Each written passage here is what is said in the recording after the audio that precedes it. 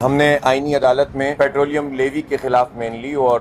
مجموعی طور پر جو انرجی سیکٹر میں جو زیادتی کی جا رہی ہے عوام کے ساتھ اس کو چیلنج کیا ہے، اور ہم عدالت سے توقع رکھتے ہیں کہ اس کو قانونی اعتبار سے بھی اور عوام کے مفاد کے اعتبار سے بھی یقیناً عدالت سنے گی بھی اور فیصلہ بھی کرے گی۔ پیٹرولیم لیوی ایک ایسی زیادتی ہے، ایسا جرم کہنا چاہیے، اس لیے کہ جب عوام کے اوپر آپ ایک حد سے زیادہ بوجھ ڈالتے ہیں اور غیر قانونی طریقے بھی استعمال کرتے ہیں، اس کے لیے غیر آئینی طریقے بھی استعمال کرتے ہیں، تو وہ جرم ہی بن جاتا ہے۔ سیدھی بات یہ ہے کہ پیٹرولیم کی جو اصل قیمت ہے، ایکس ریفائنری قیمت، اس میں لیوی 42 سے 43%، آپ اندازہ لگائیے لیوی، جس کا کوئی تعلق پیٹرولیم کی مصنوعات سے نہیں ہے، اور پھر فردر جو بہت سارے مارجنز ہیں اور ٹیکسز ہیں وہ اگر اور ملا لیں تو یہ تقریباً 60% سے بھی زیادہ پہ چلا جاتا ہے۔ حکومت یہ کہتی ہے چونکہ خطے کے حالات خراب ہیں اور جنگ ہے، لہٰذا جنگ کی وجہ سے عالمی مارکیٹ میں جب قیمت بڑھی ہے تو ہم نے پیٹرول کی قیمتیں بڑھا دی ہیں، جبکہ پیٹرولیم کی قیمت کا اس لیوی سے کوئی تعلق ہی نہیں ہے۔ یہ اضافی طور پر انہوں نے پارلیمنٹ میں 2025 میں ایک فائننس بل منظور کروا لیا، اور اس کے نتیجے میں انہوں نے یہ استحقاق حاصل کر لیا کہ جب چاہیں یہ لیوی لگا دیں، حالانکہ لیوی ایسی کسی چیز کا نام بھی نہیں ہے۔ اب دوسری بات یہ ہے کہ یہ لیوی ہر حکومت وصول کرتی رہی ہے، جو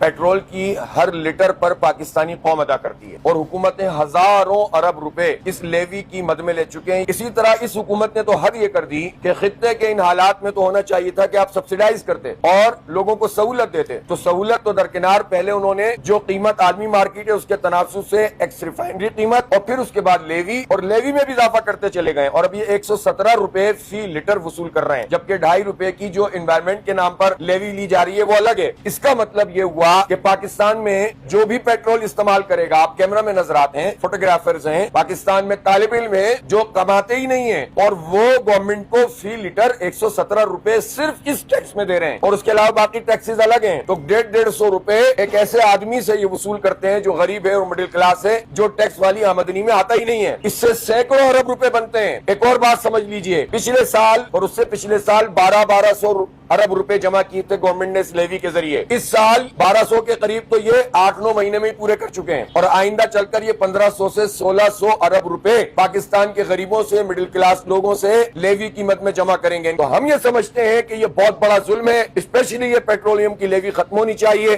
پیٹرول کی قیمت اس وقت 250 روپے بھی اگر ان حالات میں بھی ہو جائے تو کوئی پرابلم نہیں ہے حکومت کو۔ اس کو ہم نے چیلنج کیا ہے، اور ہمیں توقع ہے کہ آئینی عدالت اس کیس کو صحیح طریقے سے سنے گی۔